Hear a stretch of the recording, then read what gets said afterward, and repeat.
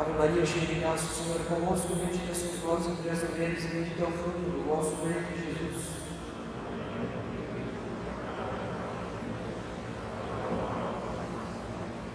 Divino Menino Jesus, Nossa Senhora do Carmo, São José, Santo Antônio de Lisboa, em nome do Pai, do Filho e do Espírito Santo. Amém.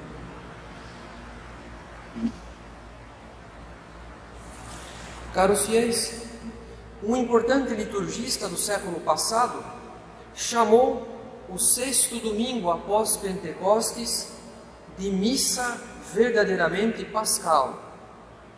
E assim devemos considerar a epístola e o evangelho da missa como a verdadeira catequese acerca do batismo e da Eucaristia. Uma missa verdadeiramente pascal, que prolonga e desenvolve as instruções que recebemos da Igreja ao longo da Páscoa. Antes de tudo, convém dizer que o trecho que serve de epístola para a missa é um dos mais ricos dentre todos os escritos de São Paulo.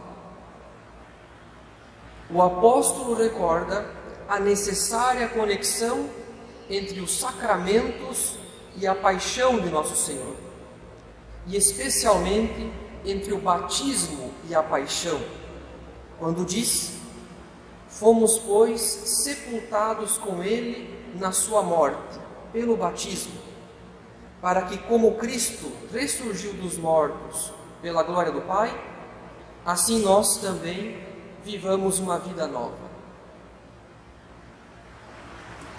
É preciso recordar-se sempre, caros fiéis, que o batismo e os demais sacramentos foram instituídos por Nosso Senhor e não pela Igreja.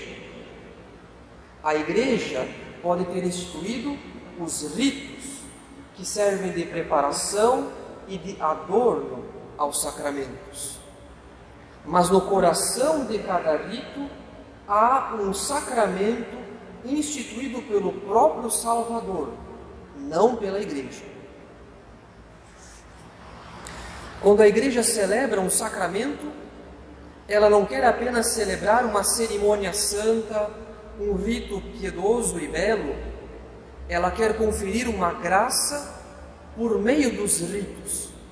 E esta graça, da qual os ritos são canais e instrumentos, esta graça é uma aplicação dos méritos da paixão de Nosso Senhor. Ou seja, o que Nosso Senhor nos mereceu no sacrifício da cruz, a Igreja nos aplica quando celebra os sacramentos. Isto quer dizer que os sacramentos são uma verdadeira participação à paixão de Nosso Senhor. São efeitos do sacrifício da cruz, como se os sacramentos fossem rios por onde o Salvador nos dá de beber da sua vida divina. Dito isso, retomemos as palavras de São Paulo. Fomos, pois, sepultados com Ele na sua morte pelo batismo, para que, como Cristo ressurgiu dos mortos pela glória do Pai, assim nós também vivamos uma vida nova. O efeito próprio do batismo, a graça própria do batismo, é nos associar misticamente à morte e ressurreição de Jesus Cristo. Recordemo-nos que pelo pecado de Adão, o pecado original, nós herdamos uma natureza humana ferida, isto é, enferma por causa da desordem das paixões, e além de ferida, espoliada, isto é, roubada em seus dons divinos, especialmente a graça santificante. Sem a graça santificante e sem o dom da integridade, o homem herda um estado de inimizade com Deus e de desordem das paixões, E neste estado, ele pode perseverar, eventualmente, pelos seus pecados próprios e atuais. Tal estado de inimizade e de pecado é o que São Paulo chama de homem velho, ou seja, uma vida que é muito mais morte do que vida, e da qual devemos abdicar pelo batismo.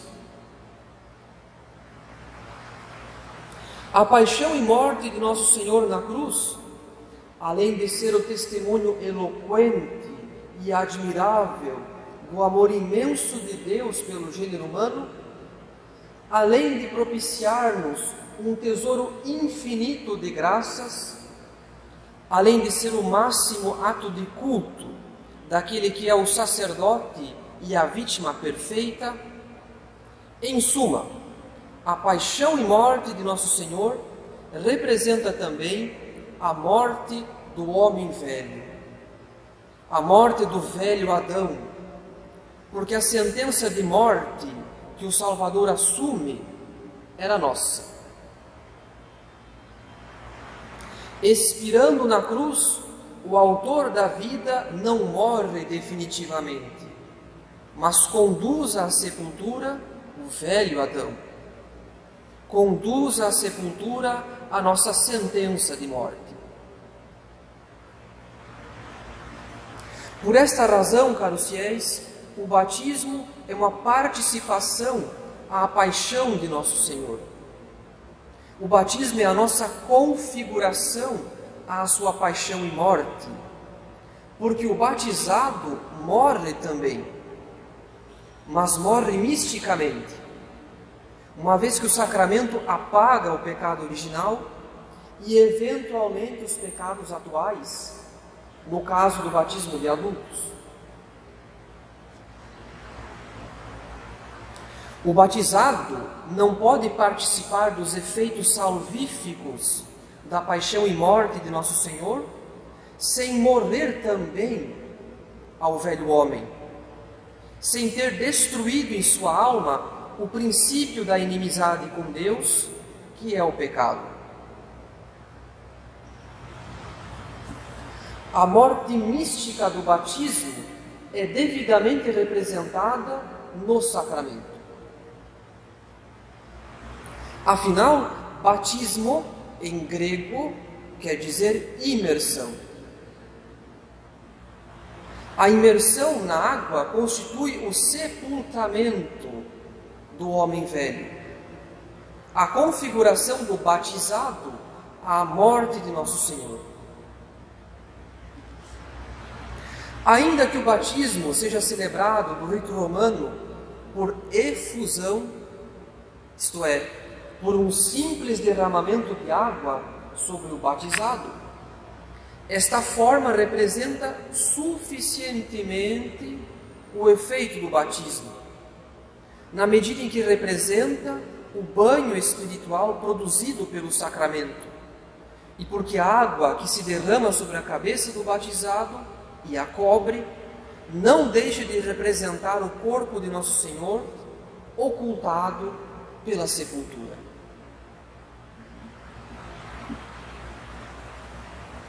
Mas se a morte do Salvador não foi definitiva, porque ele conduziu ao sepulcro a nossa sentença de morte, para em seguida triunfar sobre o velho Adão, ressuscitando dos mortos, então o batismo não pode ser uma configuração unicamente à morte. Deve ser também uma configuração à ressurreição de Nosso Senhor.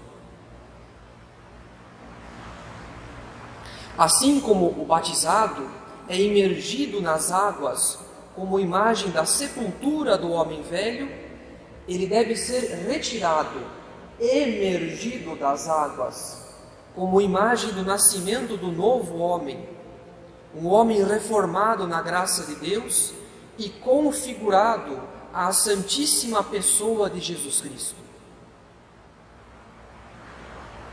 Por esta razão, o batismo é uma regeneração espiritual, pois a infusão da graça santificante torna-nos filhos adotivos de Deus, participantes da sua vida divina, herdeiros do céu e concidadãos dos anjos e dos santos.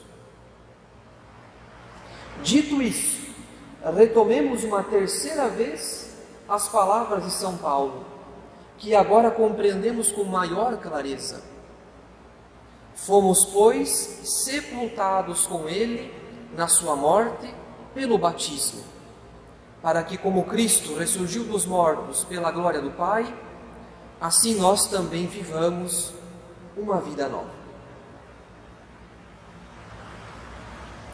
Esta vida nova em Jesus Cristo, caros fiéis, também deve ser bem compreendida.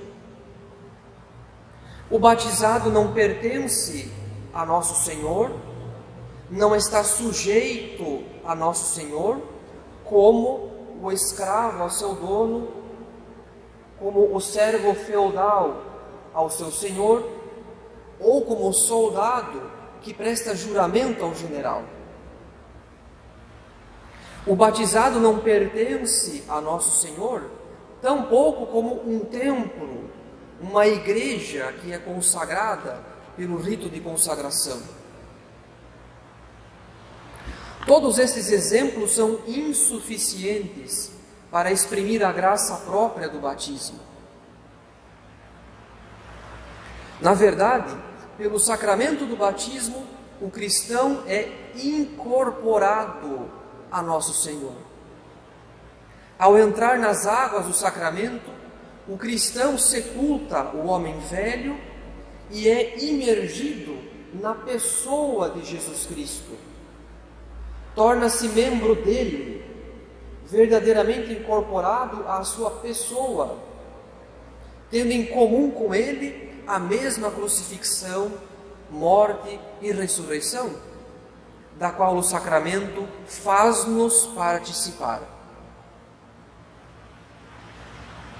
Donde a conclusão de São Paulo: vós também considerai-vos mortos ao pecado, porém vivos para Deus em Cristo Jesus. Notemos bem, caros fiéis, os termos de São Paulo.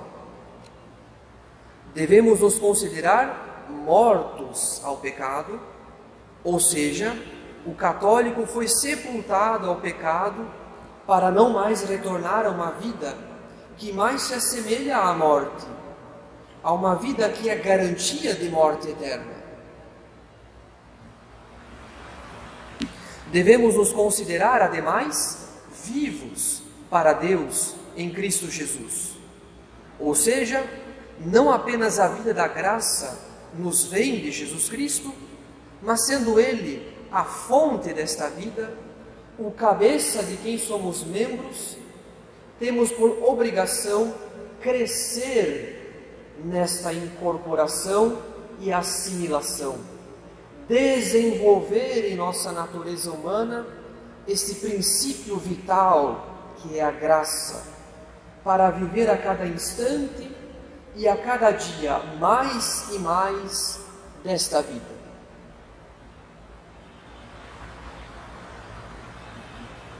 Infelizmente, porém, é muito frequente que mesmo entre os católicos praticantes, a vida espiritual não seja vivida como o crescimento de um organismo, como o desenvolvimento de um princípio vital, como o enraizamento e a assimilação de uma natureza na outra. Infelizmente, não vivemos a vida espiritual como a nossa incorporação progressiva em Jesus Cristo, até que toda a nossa natureza, em todas as suas operações, possa viver nele, imersa nele, ou como diz São Paulo, porque estáis mortos e a vossa vida está escondida com Cristo em Deus. Pelo contrário, vivemos a vida espiritual em termos meramente jurídicos, como algo exterior a nós, como algo que se passa fora de nós. O estado de graça e o estado de pecado parecem ser um mero título do qual a nossa consciência dá-nos notícia. Este título terá valor efetivo somente na eternidade, e enquanto isso, podemos vendê-lo e comprá-lo à vontade, na medida em que o estado de graça ou o estado de pecado trazem-nos estas ou aquelas vantagens. Passamos do estado de graça para o estado de pecado e do fervor à tibieza, como quem negocia títulos na bolsa, isto é, bens exteriores a si mesmo. Em última instância, queremos morrer em estado de graça, mas enquanto durar esta vida, parece-nos que o fervor e mesmo o estado de graça não convém a todos os momentos. Parece-nos que às vezes convém cometer alguns pecados veniais e mortais, na medida em que temos a ilusão de procurar alguma vantagem presente com tais desordens. Não, caros fiéis, a vida espiritual não deve ser vivida em termos meramente jurídicos, como títulos que se negocia na bolsa. A vida espiritual é a nossa incorporação, nosso enraizamento, nossa imersão, nossa assimilação em Jesus Cristo. Ela é como um organismo infundido desde o batismo para crescer, desenvolver-se e aperfeiçoar-se o tanto quanto isso for possível. Assim como nós somos contra a interrupção assassina da vida humana pelo aborto, do mesmo modo, o pecado mortal é o aborto da vida da graça. É a expulsão desse princípio vital pelo qual Deus mora em nós. Ainda que o sacramento da penitência venha devolver a vida da graça em nossa alma, Deus não nos infunde a sua graça para produzir uma deformidade, uma monstruosidade na ordem sobrenatural. Isto é, Deus não nos infunde a sua graça para que a vida da graça seja interrompida inúmeras vezes pelos pecados graves e paralisada incontáveis vezes pelos pecados veniais voluntários. Somente um louco plantaria inúmeras vezes as sementes de uma planta para arrancá-la assim que surgir o broto. Somente um louco cuidaria com zelo de um galinheiro para depois lançar fora todos os ovos e entregar as galinhas aos lobos. Somente uma mãe desnaturada e enlouquecida tentaria matar seu filho assim que nascesse.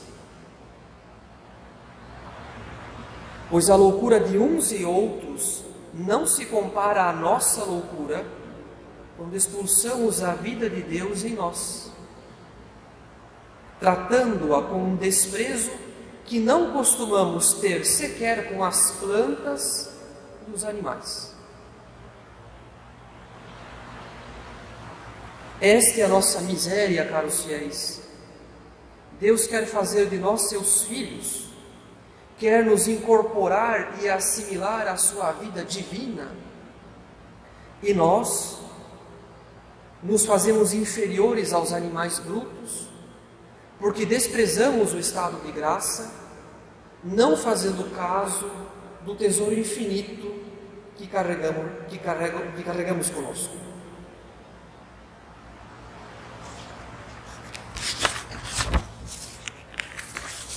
Mas consideremos também o Evangelho desta missa pascal. Nosso Senhor disse: tenho compaixão deste povo. Já há 3 dias perseveram comigo e não tenho o que comer.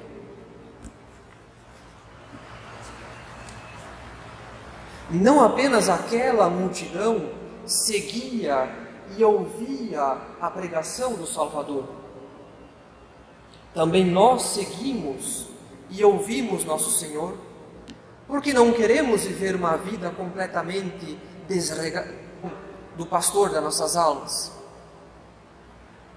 Não queremos viver uma vida completamente separada da casa de Deus e das coisas de Deus. Também nós seguimos e ouvimos nosso Senhor. E à semelhança daquela multidão, temos fome.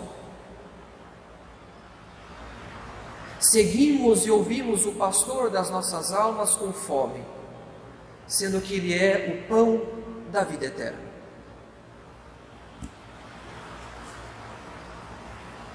Caros fiéis, é uma graça que estejamos aqui, na casa de Deus, ouvindo a palavra de Deus e procurando viver conforme a lei de Deus. Mas nosso Senhor teme despedir-nos com fome, como ouvimos no Evangelho. Se os despedir em jejum para as suas casas, desfalecerão no caminho. E alguns deles vieram de longe.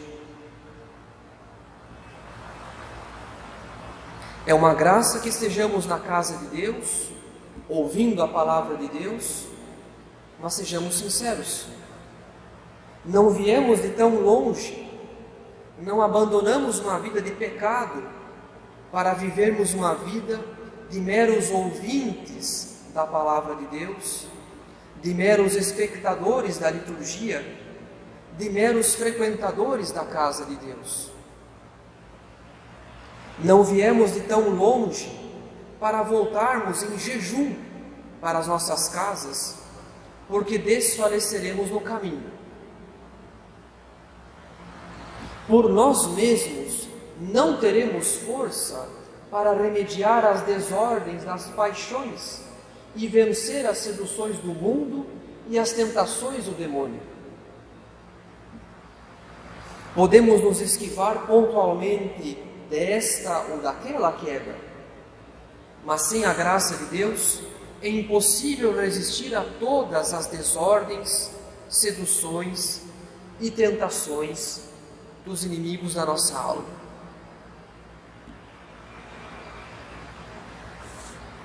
Não viemos, portanto, de tão longe para vivermos uma vida de meros ouvintes da palavra de Deus, de meros espectadores da liturgia, de meros frequentadores da casa de Deus.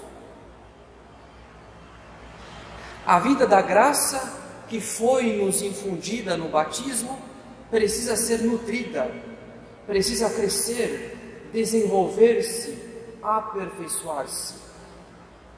A vida da graça precisa enraizar-se em todas as nossas operações.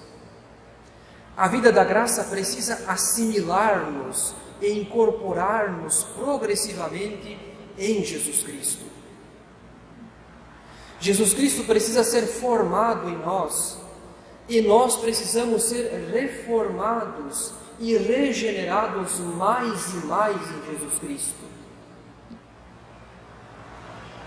Para tanto, nosso Senhor não nos multiplica desta vez o pão que alimenta o corpo, mas o pão que alimenta a alma. Desta vez, nosso Senhor multiplica-nos a Eucaristia e quer que comunguemos da Eucaristia até a saciedade, pois, como ouvimos no Evangelho, comeram e ficaram fartos.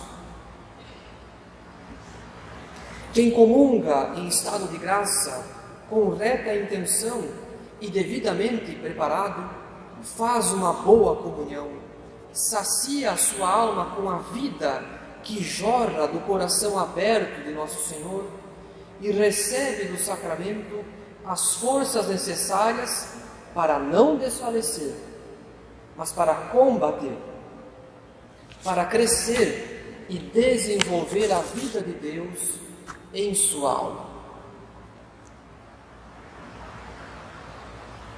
Tenhamos compaixão da nossa alma, caros fiéis, como nosso Senhor se compadeceu dela, multiplicando os pães para depois multiplicar a Eucaristia. Tenhamos compaixão da nossa alma. Façamos uma boa confissão e não tardemos mais. Façamos boa comunhão e comunguemos tantas vezes quanto pudermos durante a semana, porque nosso Senhor não instituiu os sacramentos para que entremos e saiamos da casa de Deus com a alma em jejum. Façamos boa confissão, façamos boa comunhão. Louvado seja nosso Senhor Jesus Cristo.